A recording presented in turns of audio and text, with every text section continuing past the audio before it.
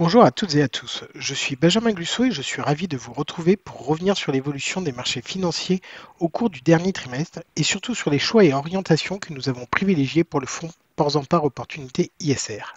C'est un fonds qui permet de vous exposer aux actions européennes de toute capitalisation. Depuis 2021, l'ajout de la dénomination ISR signifie que le fonds est devenu ISR au sens de la catégorie 1 de l'AMF et de l'article 8 SFDR. Le fonds a également obtenu la labellisation ISR depuis février 2023. Ceci implique que la gestion ESG devient un élément central du processus de gestion et que les fonds surperforment significativement son univers de référence sur les critères extra-financiers. Nous privilégions une allocation concentrée sur une sélection de 30 à 40 entreprises avec un biais sur les grandes capitalisations.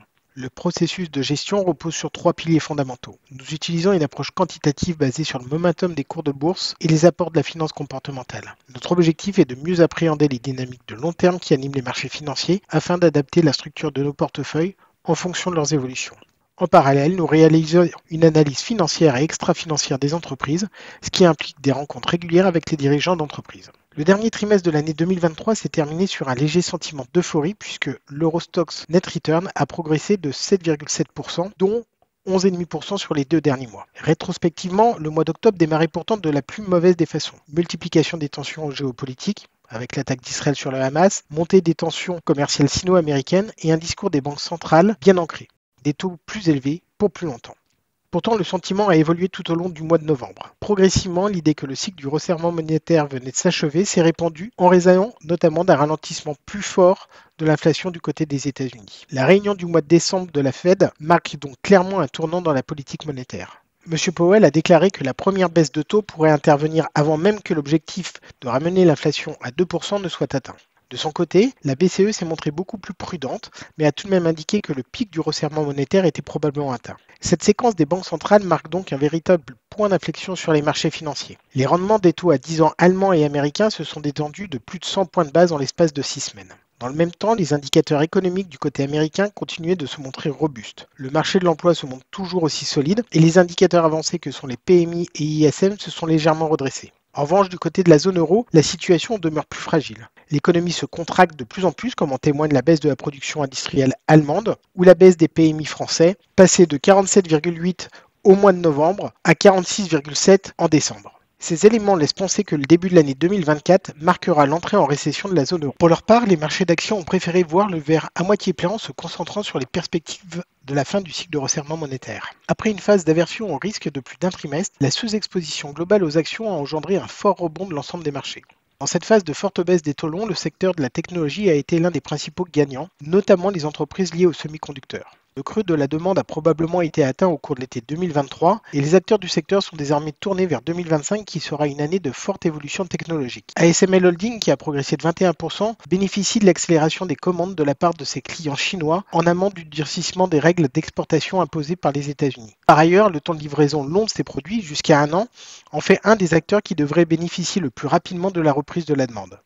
On notera une nouvelle fois la très bonne orientation de Publicis. Malgré les incertitudes concernant l'environnement macroéconomique, le groupe a relevé ses objectifs de croissance portés par ses investissements antérieurs que sont Epsilon et Sapient. Le groupe est désormais en mesure de proposer des projets globaux qui mêlent les campagnes publicitaires traditionnelles et un accompagnement dans la transformation digitale pour ses clients. Dans le secteur industriel au sens large, plusieurs convictions fortes continuent d'offrir une nette surperformance face au marché. Wärtsilä, un fournisseur d'équipements maritimes, systèmes de propulsion et de guidage, et d'équipements de production d'énergie bénéficient d'un très fort momentum commercial sur les premières activités citées. En effet, face à l'évolution de la réglementation et la hausse du prix des carburants, les différents armateurs se sont lancés dans une phase de renouvellement et de modernisation de leur flotte. Par ailleurs, le groupe a annoncé la revue stratégique de ses activités de production d'énergie lors de la mise à jour de son plan stratégique. Une éventuelle cession de ce segment à marge plus faible a été appréciée par les investisseurs, expliquant en grande partie la hausse de 22% sur le trimestre. Munters Group, un acteur suédois spécialisé dans le traitement de l'air et la climatisation à haut rendement, a profité des fortes tendances structurelles que sont le développement des data centers, importants consommateurs des systèmes de refroidissement,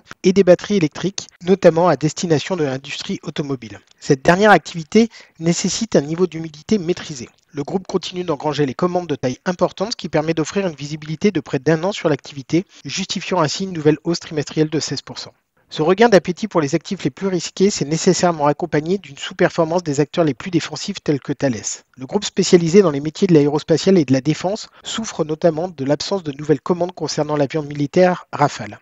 Dans cette phase de nette détente des taux, les valeurs financières ont logiquement marqué le pas. Les assureurs que nous détenons en portefeuille, que sont Munich Re et AXA, progressent respectivement de 1,6 et 4%, pénalisés notamment par les conditions climatiques sur l'Europe, laissant craindre une forte augmentation du coût des catastrophes naturelles.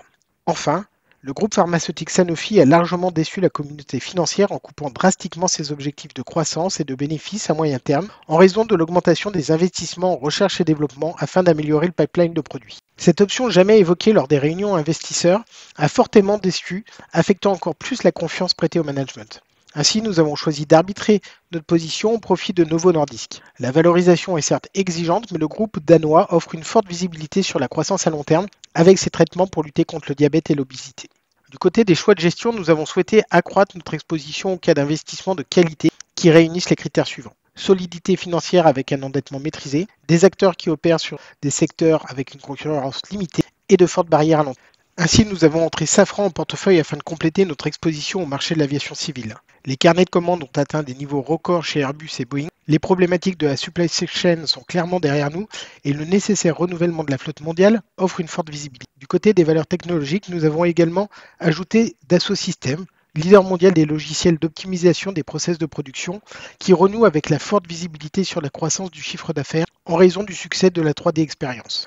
Par ailleurs, Medidata devrait reprendre le chemin de la croissance en 2024 et une opération de croissance externe pourrait renforcer cette dynamique.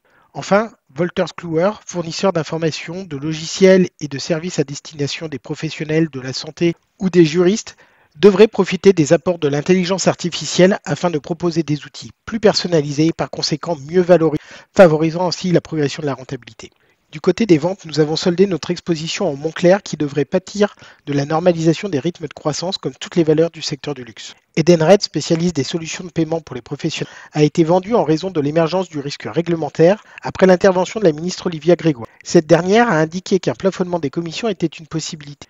Tant que ce risque n'aura clairement pas été levé, le potentiel de revalorisation sera limité. Enfin, dans les semi-conducteurs, nous nous sommes séparés d'Infineon, dont une grande partie des revenus est liée au secteur automobile. Ce dernier devrait souffrir de la normalisation de la croissance des ventes de véhicules électriques, grands consommateurs de puces. Nous préférons donc nous focaliser sur les équipementiers tels ASML Holding. L'année 2024 débute avec de nombreuses interrogations majeures. Les politiques monétaires vont s'assouplir, mais dans quelle proportion? Et surtout, le timing demeure incertain. De nombreuses élections sont prévues avec en point d'orgue la présidentielle américaine dont la campagne est toujours source de volatilité. Enfin, si l'économie américaine ralentit, elle nous semble suffisamment solide pour éviter la récession. Notre confiance est bien moindre pour l'économie européenne. Dans cet environnement d'incertitude, nous restons convaincus qu'il sera nécessaire d'établir une hiérarchie parmi les entreprises. Les acteurs de qualité offrant la visibilité et disposant de ressources nécessaires pour financer leur croissance dans un environnement économique en ralentissement nous semblent par conséquent les plus à même de surperformer les marchés financiers. Je vous remercie de votre attention et vous donne rendez-vous à la fin du premier trimestre.